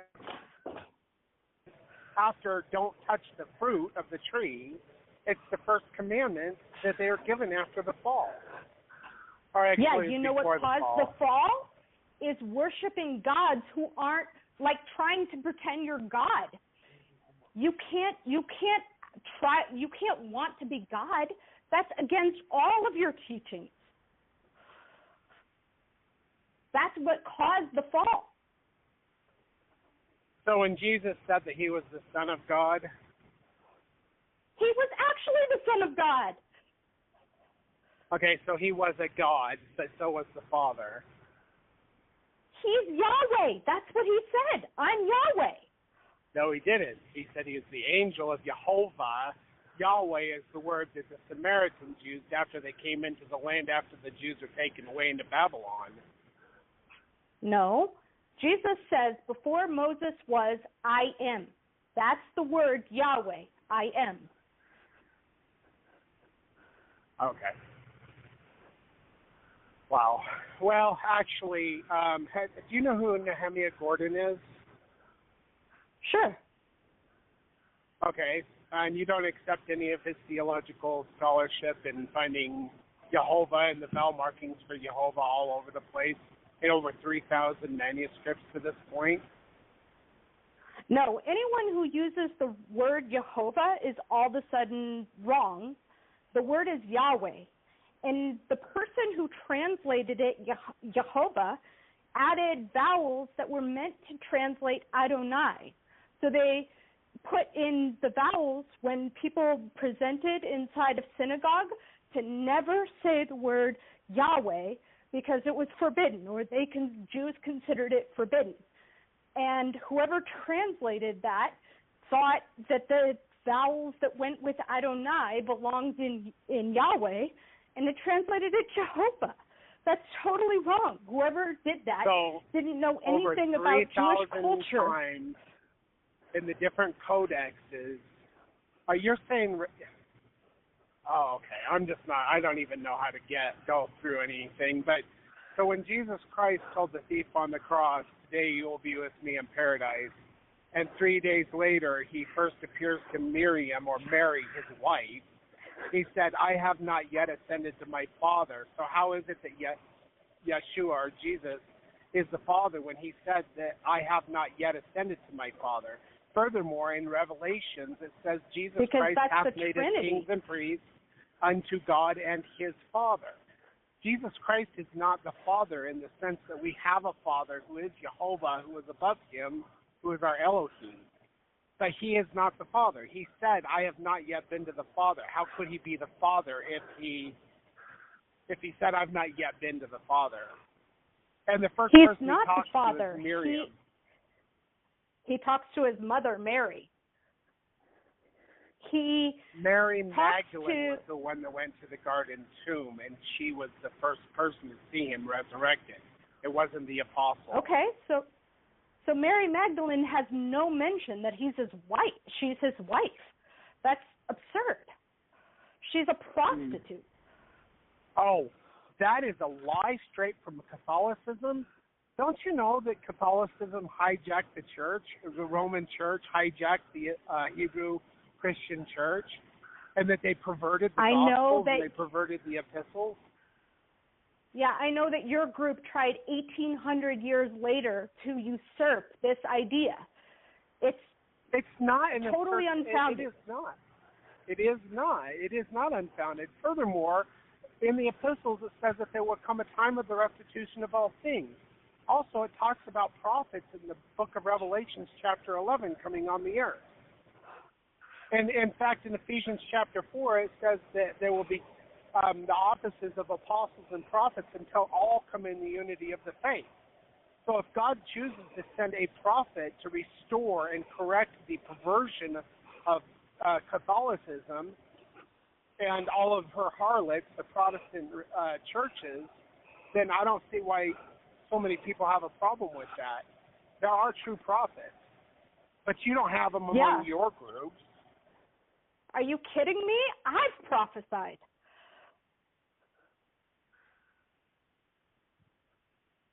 I don't know. Kim, do you have anything to say about this? I don't know which group that we're referring to. Protestants, I would suppose. What group do you belong to? Protestants. Oh, so you suppose that's what you belong to? No, I suppose that's what we're talking about. Oh, okay. I was just curious what group you did belong to. So it is Protestants is what you belong to, right? No, she's a Protestant. So we're in a group called what is it? Abrahamic. I can't remember what it's called right now. Anyway, I've been posting there for a while, and she's in the group, and she thinks that it's ridiculous that I believe that Jesus was a married rabbi. You know, there's a lot more. I mean, I've gone over this stuff in the past, reading Jesus Was Married by Ogden Kraut, where he goes over details of why Jesus was married, how he was the one who was in charge of the wedding feast and the wine, which only the groom would be in charge of as the bridegroom. And he's the one that changed the water into wine. But Jesus according was to asked by his Protestantism? mother. What's that? So he would not be in charge of that because why? Were you saying? Yeah, why? No, you. Why were you saying that he would not be in charge of it? He's the one that. Saying, I know why he would be. Theoretically, yeah, and I know why he would be because if you look at history, it would have been his job to be after the food and the wine. But I was wondering why you believed it was not, or it would not have been, that they would have just asked some random person. Why no, I think he was a family member, attending? Oh, so they went up and said, "Hey, member.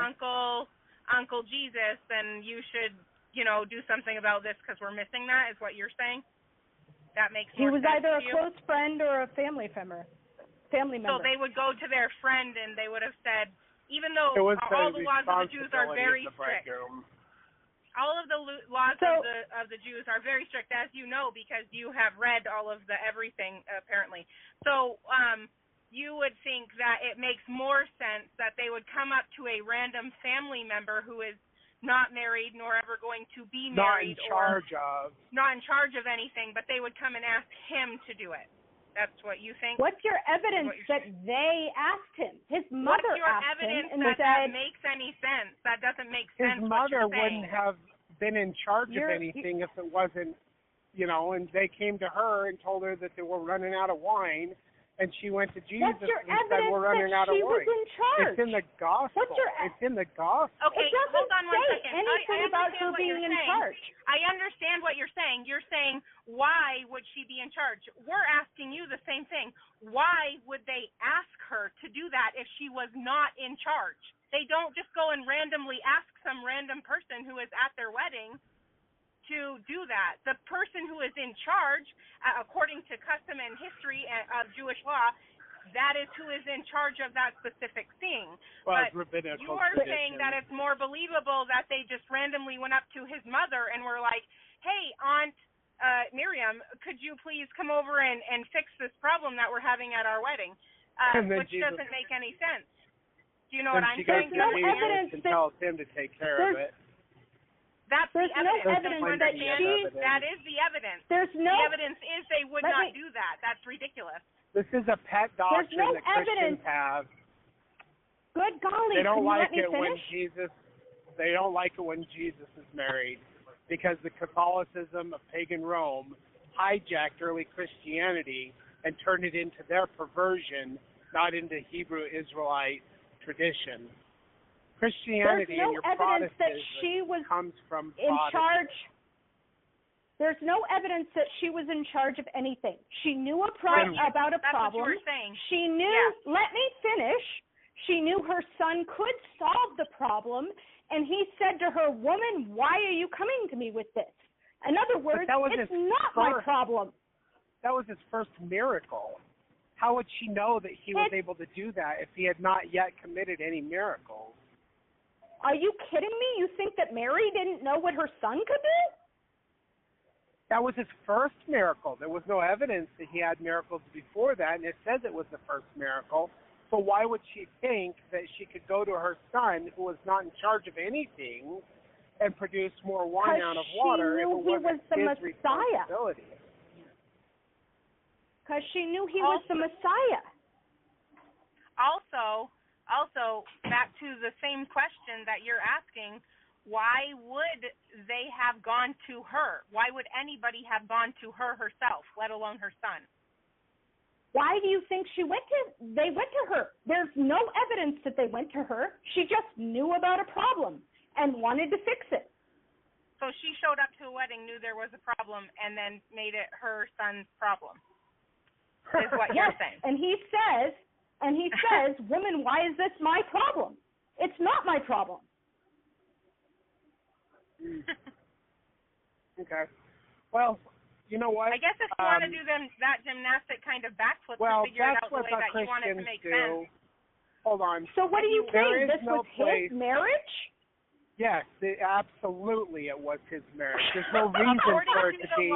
There's no reason for it to be in. Right. Also, like I said before, I'm going back to rabbinical law. The Jews had their customs and their traditions. And every time Jesus stepped out of line of what they were trying to get him to do, they pointed at him and scoffed at him and said how horrible he was for allowing his disciples to thresh wheat by, plucking wheat into their mouth, or walking too far on the Sabbath day, or healing on the Sabbath day. Well, the fact of the matter is, they had it in their law that if you were a bachelor, that was close to murder, because you were not providing generations of children. Law. It's in the Torah. That was the rabbinical. Well, they said it was in the rabbinical law, but they did not condemn him for not being married. They never condemned him for not being married. That's because it's not in rabbinical law. You're making this up. I have given you a link to where you can go and read a book, which I have provided for you, which documents all of these things. And I know, sometimes it's hard to read. It's so horrible that I know, stepped your on cult it, and you don't like it. Impossible. My cult teachings, what cult teachings? What cult are you talking about? Your cult came up with this theory 1,800 years later. The cult of John Calvin, the cult of all of the Protestant ministers that came out of the Reformation, or the cult of Catholicism, because they're all cults. None of those people none of them have nonsense. Profit. None of them have Luther's profit. Quote. None of them have profit. Quote. You can go in the book that I gave you. You are a false you didn't name a book. You named some cult Nessie prophet nonsense. In the book. The quotes and the citations are in the book that I have provided for you to research. It's all in. Oh my gosh, Nessie is a nonsense prophet. It should not be that hard to go read if you have quotes. read all of the Talmud and everything that you're saying you have read. Then it wouldn't be that difficult That's to go read. Because Nessie is not a prophet. No, you don't have to. You can only lead them to it. You can't make them read. Like if she doesn't want to know anymore and she wants it to fit her own narrative, then I guess she won't read it. I mean, that's up to you. She told me that she had read all of the Talmud, which when I questioned her about the 28 volumes, which are larger than the Encyclopedia Britannica. Oh my gosh! Are you going to pretend you've read the Talmud cover to cover? I'm not the one that said that I've read it all. You're the one who said you did. That's what he's saying. You're the one who said you read it. The one misleading. That doesn't. No, I clarified. I said that I've not read it cover to cover. There is nothing in there that says what you're saying. How do you know because if you haven't read it? You've read it all, but then when I question you, you say, well, I haven't read it cover to cover, but I've read in it. Have you read it cover to cover? No, I have not, but I have read more than you, obviously, or I've read into different positions. I've read different parts. I've read different parts. This is not about pretending who's winning anything or anybody's superior. This is like what a normal debate would be like. If somebody brings forth information and you truly want to know what they're saying, then you read the information. But if you can't bother to do that, and then you try to say, he already gave you the link. The link where you can go and read it. Quote. Whoever Nessie is, that's not a prophet. That's really? Nephi in the Book of Mormon. I haven't talked about Nephi. If you don't even know who Nephi is, you don't know how to pronounce his name. No, it's nonsense. Okay. He's no prophet. He came up with something 1,800 years later that black Nephi couldn't be lived in the during the couldn't be time of the priest. Babylonian captivity, and his father was Lehi, and he was a prophet, same as Jeremiah, That's and all his home nonsense. has been found. According to you. His home has been found, Bet Lehi, look it up on YouTube. The archaeological discovery of his home has been found. And furthermore, in Ezekiel chapter 37, it says that there will be a book of Judah and a book of Joseph. Well, if the Jews have the book of Judah, where's the book of Joseph, Protestants? Where is it? It's called the So Book you of don't have Mormon. it either. I have it. No, I that is have it. definitely not And the Book of Mormon. Genesis That saith you. Genesis chapter 49 states when Jacob or Yaakov gave his blessing to his son Joseph, he said his posterity would be in the utmost bounds of the everlasting hills, which is a geological indication of where those people would be going to. And there is no place on the earth other than North America where the hills of the everlasting hills that Jacob saw in vision start at South America and they go all the way to the tip of North America. That's the geological There is no location. archaeological evidence. There is no archaeological evidence that Jews were present in the North America or South America before the Europeans came here. Yes, there is. Then produce it.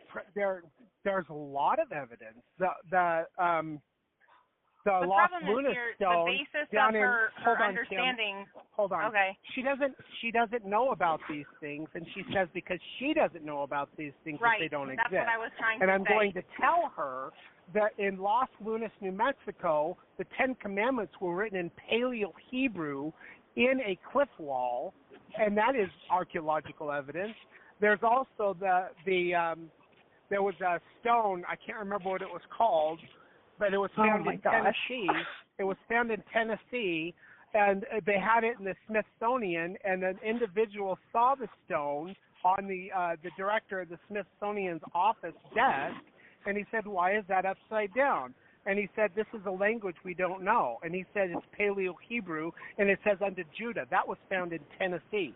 Also, the copper mines, which were the ancient copper mines up in Michigan, and the Michigan tablet stones were full of writings of Hebrew origin. And the DNA of copper, which was can be traced to the Bronze Age in Europe before Christopher Columbus discovered America, that is all over Europe in the bronze swords of the Bronze Age, way before Christopher Columbus. But there's no DNA evidence that any of these people were Jewish. There is DNA evidence. The people of the Iroquois Nation, the Seneca Nation of upstate, the upstate area of New York and North America, they have haplogroup X DNA, which comes from Israel. They are from Israel. They are from Israel. The DNA evidence is there. The tribes that are from reject Israel have been recognized by Israel. Israel has not recognized that because it's wrong. Oh, it is? The DNA evidence is wrong because they don't like it, not because it's not true. It is there. No, it's Israel evidence. has The evidence recognized, has been found. Israel has recognized the tribe of Manasseh in India. So why would they have a problem with recognizing tribes in North America? Because it proves the Book of Mormon true, and the Book of Mormon is the second witness of Jesus Christ. And our God said that it is by the mouth of 2 or 3 witnesses that every word is established. And in Ezekiel 37, he said that there would be a stick of Judah and a stick of Joseph, and that the record of the tribe of Joseph and of the tribe of Judah would be one in his hand. Well, you have the stick of Judah, which is the Bible, so it's but you do not have the stick of Joseph. It's not a It conspiracy. is, because they don't want you to believe the Mormon Church is correct. They don't want you to believe that Joseph Smith is correct. And there is plenty of evidence once you take the blinders off. Israel hates Jesus.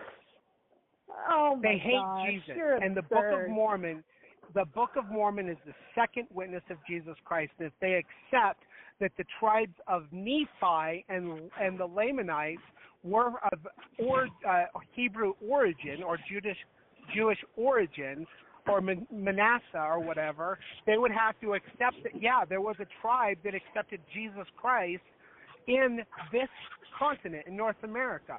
Also, Jesus Christ said, other sheep. Jesus Christ said, other sheep I have which are not of this fold. Them also must I bring.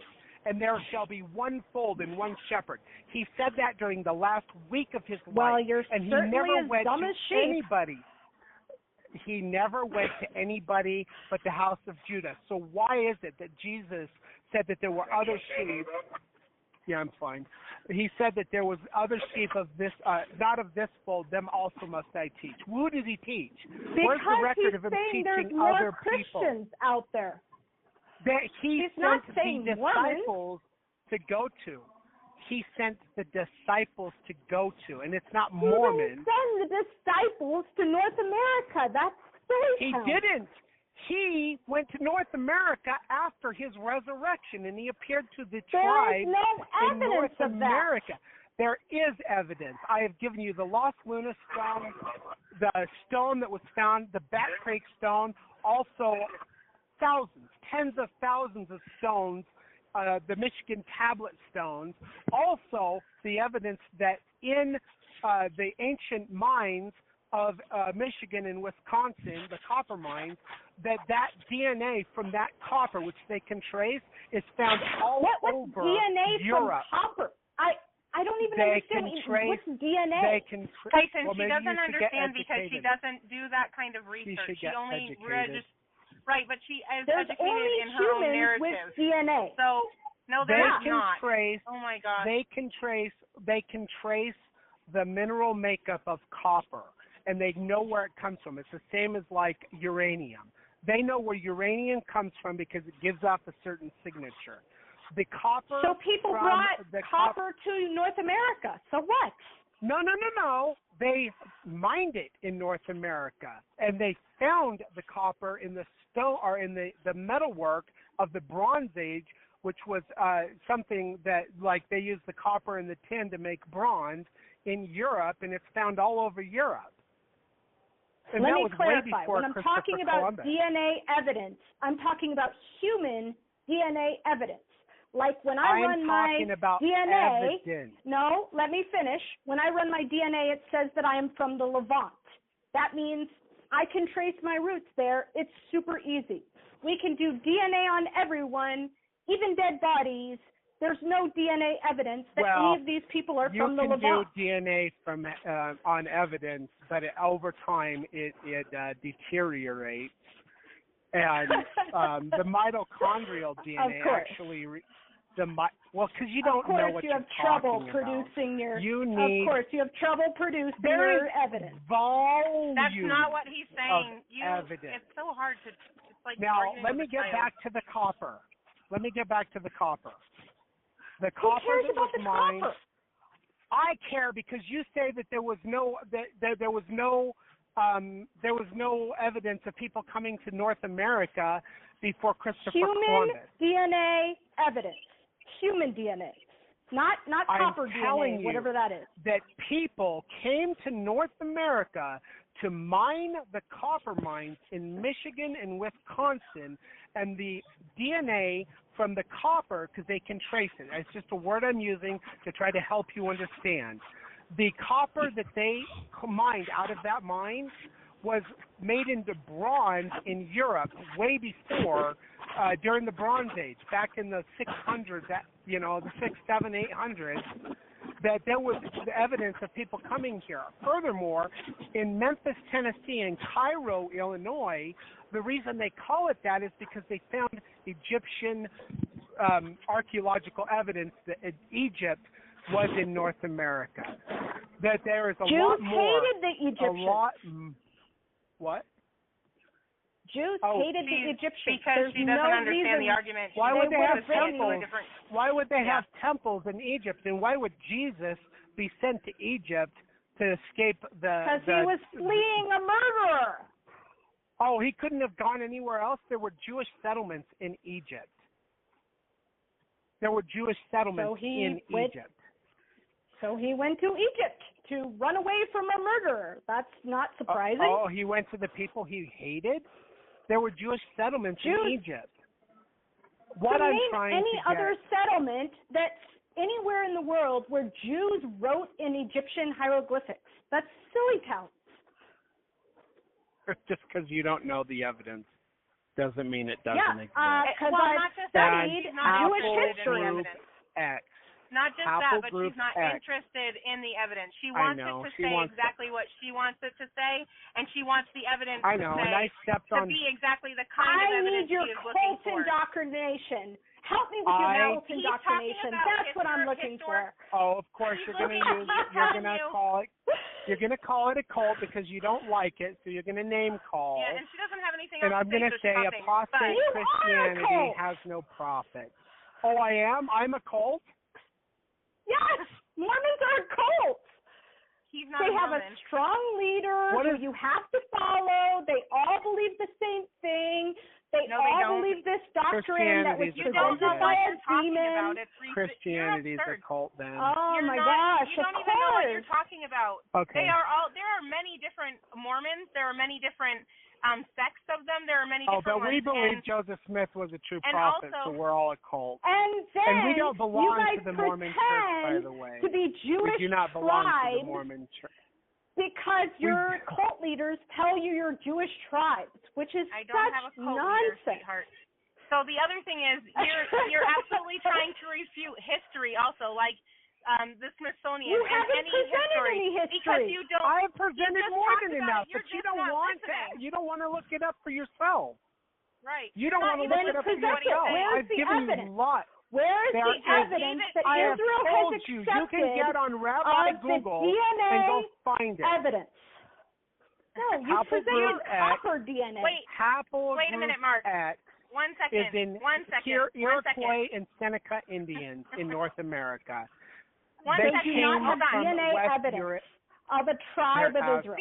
Yes, there is. It's just a circle because she's not listening to what you're saying. She's saying what she wants to say. And then she's not hearing what you're... So she's asking a specific question. You're answering the specific question. And then by the time she gets upset because she doesn't want to listen to the answer, then she tries to go into a whole new thing, which is how you got back onto Egypt. And then we talked about the copper, and you talked about the DNA or the footprint of that and how it gets there. She doesn't want to hear that. And the Lost Luna Stone and the Back Creek Stones and the Michigan tablets, which there's 10,000 of. Right. You know, there's a lot of evidence. But she doesn't know about that, so it's not pertinent to her. You have to find some way that it relates to what she would comprehend or understand. Other sheep I have, which are not of this fold, them also must I bring. And he said that right before he was murdered on the cross. Well, who did he go to? Well, we know who he went to. It's in the Book of Mormon, he was which looking is at his seed Joseph. also.